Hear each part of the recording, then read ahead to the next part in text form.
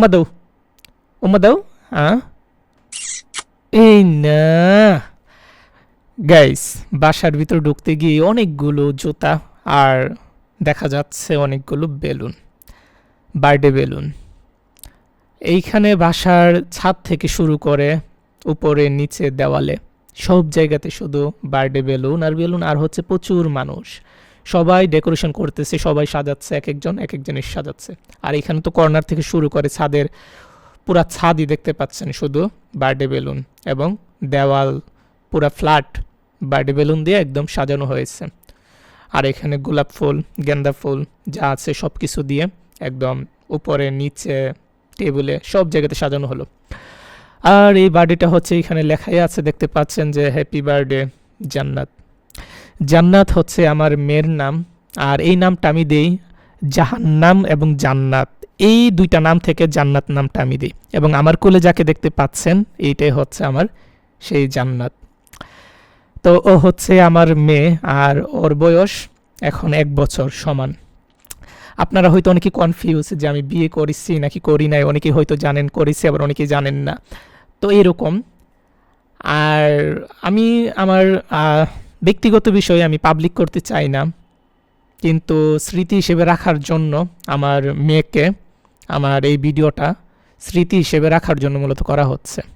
But এমনিতে আমি কখনোই আমার কোনো ব্যক্তিগত বিষয় আমি পাবলিক করি না, কারণ ব্যক্তিগত বিষয় যদি আমি পাবলিক করি সেটা নিয়ে কথা বলার রাইট থাকে পাবলিকের, সেজন্য আমি চাই না যে আমার ব্যক্তিগত বিষয় নিয়ে পাবলিকে কথা বলুক।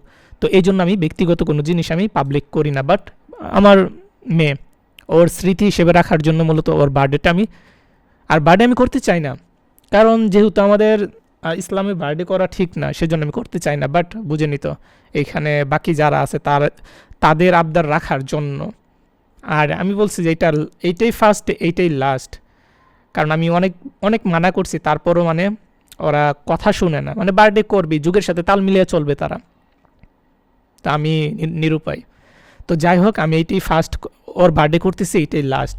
মানে বার্থডে করবো না, প্রয়োজনে আমি এতিম বাচ্চা যারা আছে তাদেরকে খাওয়াবো জন্মদিনের সময়, কিন্তু বার্থডে না, নেক্সট আমি করব না।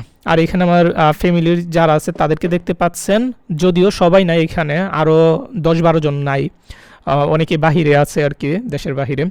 তো যার ফলে এখানে সবাইকে দেখতে পাচ্ছেন না। তারপরে এখানে যারা আছে প্রায় 20 জনের উপরে আছে, তো টোটাল আমার ফ্যামিলির প্রায় এখানে আছে 30 জনের উপর। আর এখানে যাদেরকে দেখতে পাচ্ছেন তারা হচ্ছে আমার শ্বশুর বাড়ির মানুষ, এইখানে তারা।